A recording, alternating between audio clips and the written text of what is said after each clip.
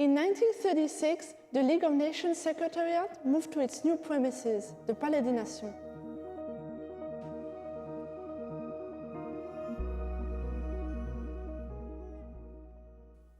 I'm Kelly Lenormand, and welcome to the UNOG Library and Archives special video on the League of Nations uniforms. The dimensions of the newly built Palais des Nations meant hiring additional staff and dressing them with appropriate uniforms. The process was all the more important that the existence of the League of Nations, the first worldwide intergovernmental organization dedicated to establishing and maintaining world peace, thrived on the acknowledgement and trust of its member states. To look like a credible organization, it had to have a sense of decorum. The League had to look the part. For this reason, in 1935, the League of Nations internal services were instructed to perform a number of studies, such as inquiring about the uniforms in use in other governmental organizations, such as the House of Lords in London, the French Parliament, the Swiss Parliament, etc., and inviting some of the prominent British firms specialized in uniform making to send illustrated material.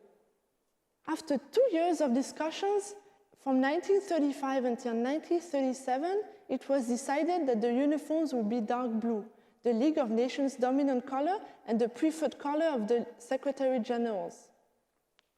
These were mainly imposed on service staff and were meant to show slight differences between the different categories of civil servants: office keepers, tea boys, elevator boys, ushers, and messengers. Blue uniforms with blue piping would be worn exclusively by temporary Securitas staff. Office keepers and messengers would wear similar uniforms, with the exception that office keepers would have a metal badge fixed on the left side of the tunic and would wear a thin gold braid, a galon, above the cuff to distinguish them from messengers. Additionally, office keepers on duty on the Secretary General's floor and during council meetings and ushers would wear distinctive features consisting of a chevron above the braid and a frock coat. The frock coat, however, proved impractical considering that ushers spent most of their day seated. Both ushers and messengers wore black crease-resistant ties. In 1937, it was agreed that there would be 2 uniforms, a summer and a winter one. Finding appropriate clothing for staff working outside proved challenging, as it had to be warm, rainproof, and comfortable.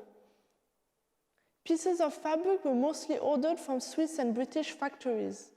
Great emphasis was placed on the quality of material, using only strong and healthy sheep's wool, in place of artificial wool or any other inferior material. The uniform's quality would then be checked by the Swiss Federal Military Department for free. The beautiful drawings in our archives were in some cases specially designed by the firms hoping to collaborate with the League of Nations for the making of staff uniforms. It was, however, expected that this illustration would be returned due to the high production cost. However, their presence in our archives proved that this was not the case, and they were in fact not returned. As for the actual uniforms produced, they were meant to be worn daily for up to 2.5 years. Once used, they would become the property of the users, following the removal of badges, which explains why none were kept in our collections, and these are known only through photographs and drawings. Fun fact, these uniforms were brought back to life in the 2013 film adaptations of La Belle du Seigneur, the novel written by Albert Cohen. Finally, it was deemed crucial for the League of Nations Secretariat that the uniforms would be ready for the relocation to the newly built Palais des Nations and for the entry into function of service staff. Yet, the choice of uniforms proved a lengthy process, as evidenced by the length of the archival files in question. The never-ending decision-making process created tensions between departments. On some occasions, this led staff to wear worn-out uniforms and forced the administration to order last-minute outfits before big events, such as the assembly. Thank you for watching. If you enjoyed this video, please like, comment, or share it with your friends and colleagues. To learn more about the League of Nations archives, you can visit us at archives.ungeneva.org or follow us on Twitter at UNOG Library. See you soon for more fascinating content.